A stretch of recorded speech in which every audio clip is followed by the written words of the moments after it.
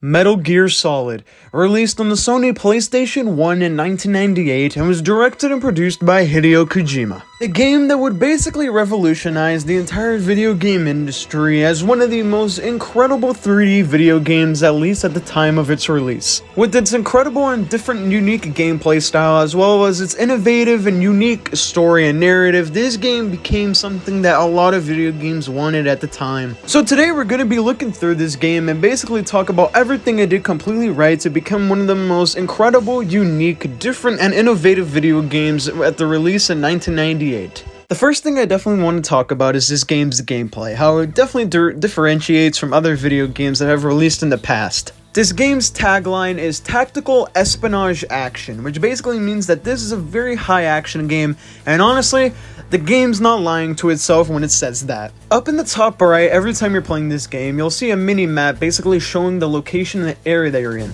This is very important because around it, you'll see that there's a center white dot in the mini-map.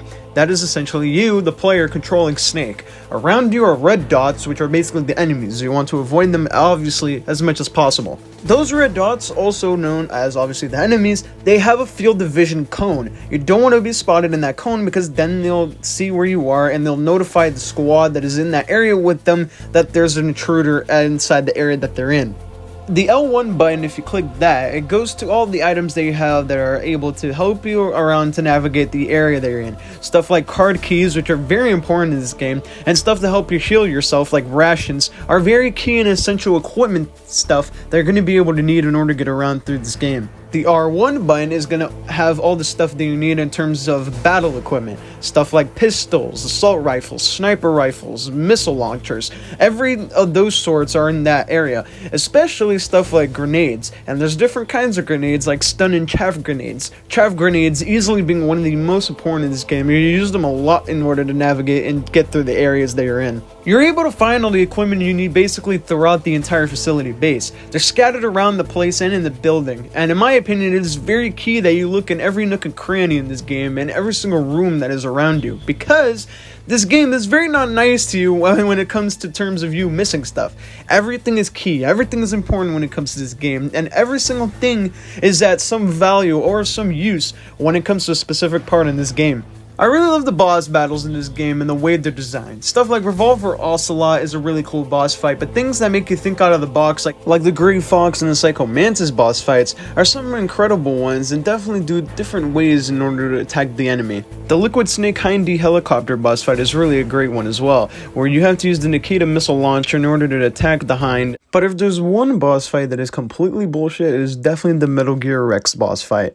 Dude, I can't even begin to tell you how many tries it took me to beat this sack of shit. It took me at least 25 plus tries in order to finally beat this guy. Because at this point in the game, I already ran out of most of my chaff grenades. I had like 5 in my inventory left, and it's definitely not enough to take this guy down. And then when you think you're done, you then find out there's a second part of this boss battle. How generous! So you must know how I felt when I actually beat him. Like, thank God, like I managed to get through that. And I always will find the things they do at the end of this game to be pretty spectacular, at least for the first game's ending, with the hand-to-hand combat fight with Liquid Snake, to also basically the chase scene at the very end of the game. So basically with that said, I think the gameplay-wise, this game is pretty phenomenal. I think it's a good stepping stone and a good cornerstone to be able to build off the foundation that this game is obviously trying to have here. Now it's time to get to this game's story, which is by far an incredible one. To start off, basically, the story begins with you getting 2 mission objectives. The first being having to save the DARPA Chief Donald Anderson and the Armstead President Kenneth Baker, along with the fact that you have to check out the facility base being secured by terrorists to see if they have a weapon that could potentially be a very massive danger to humanity. You'll have some people helping you out in this mission.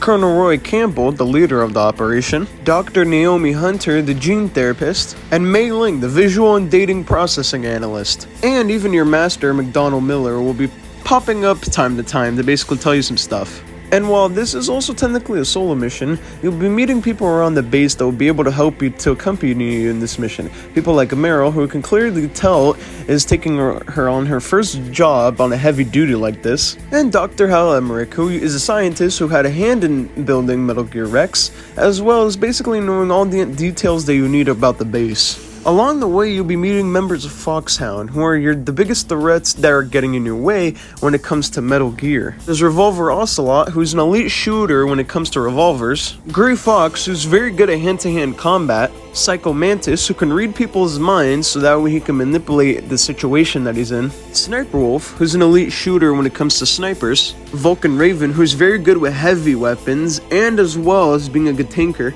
Decoy Octopus, who you actually don't fight in this game because he actually died at some point in this game. The person who was allegedly supposed to be the DARPA chief was actually Decoy Octopus in disguise. Liquid Snake, the Solid Snake's brother, and the leader of Foxhound. In order to save everybody, you basically gotta take these guys down, as they're easily trying to protect the Metal Gear project so that way they can get their way with it. It's insane in how complex the story is, with Snake not even trusting some of his allies and companions at times, due to how much they've been exposed and how many things have been spreading around since he went to the base. The connection and relationship with Meryl here is by far one of the most important ones throughout the entire game, as they managed to grow close with each other to the point where Snake started to grow feelings for her. A massive showing of this is when Meryl gets shot by Sniper Wolf multiple times, basically showing how much Snake wants to make sure she's safe and not hurt. When Snake basically gets thrown into his cell by Revolver Ocelot, he basically calls in the codec to Naomi, basically asking her to help him with the pain,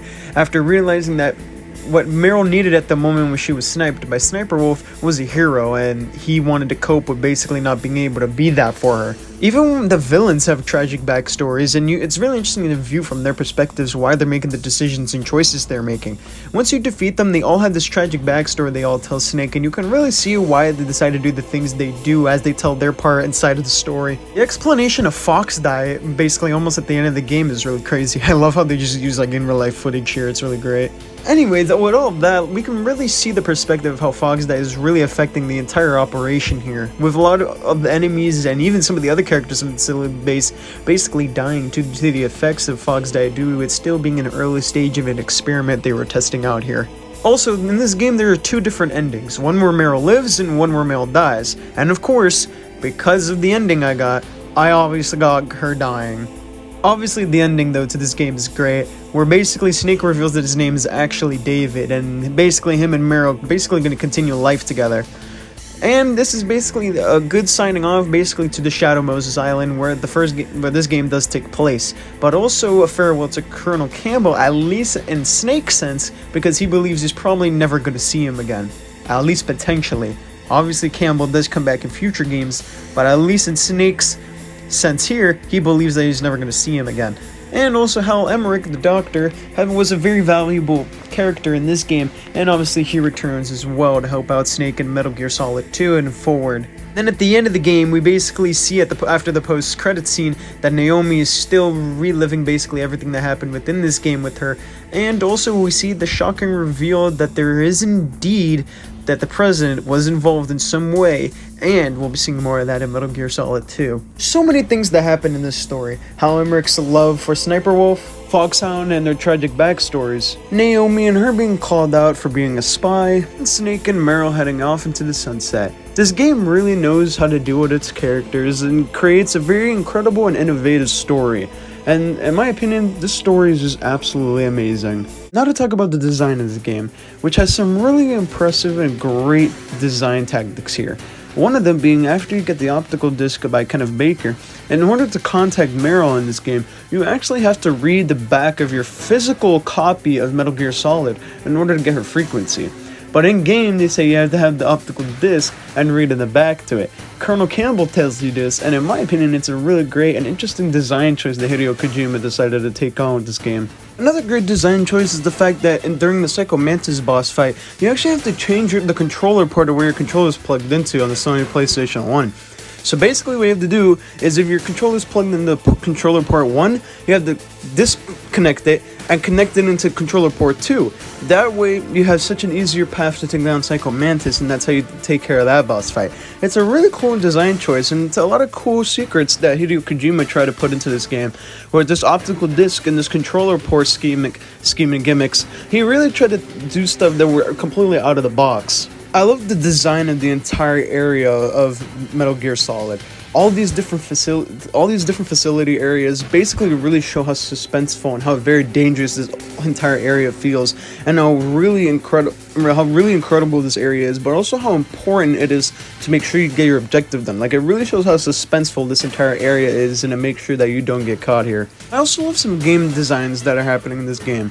Like, for instance, Revolver Ocelot's torture experiment, going underneath stuff so that way you can hide in environments, the rope segment during when the Hind D helicopter starts shooting at you, and at the very end of the game with the whole chase scene at the end. Again, all of these are just incredible gameplay segments, but also some very unique and innovative design choices that really showed Hideo Kojima was willing to do anything and experiment with anything to show how great he wanted to do stuff within this game. Now to talk about this game's soundtrack. So I'm going to be playing a few songs from this game's soundtrack to show you guys how incredible it is.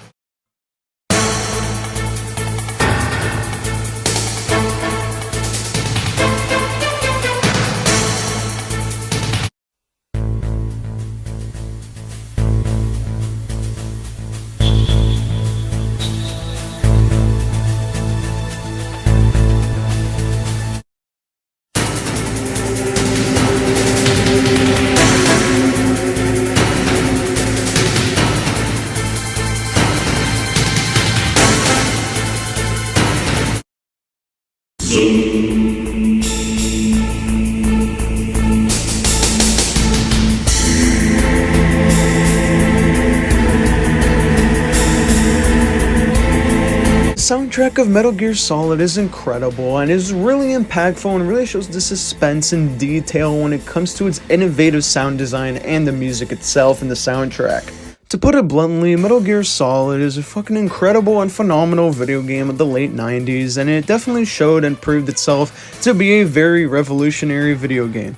And to end off this video, I guess I definitely wanted to say that these characters were definitely very horny. What's wrong? Nothing. I just didn't expect a world-class designer of military technology to be so cute. Well, if you make it back in one piece, maybe I'll let you do a strip search on me. I'll hold you to that, Doctor. She had such a cute way of walking. She kind of wiggles her behind. You were really looking. Well, she's got a very cute behind. Yeah, you've got a great butt. Oh, I see. First it's my eyes, now it's my butt. I think you guys see my point here.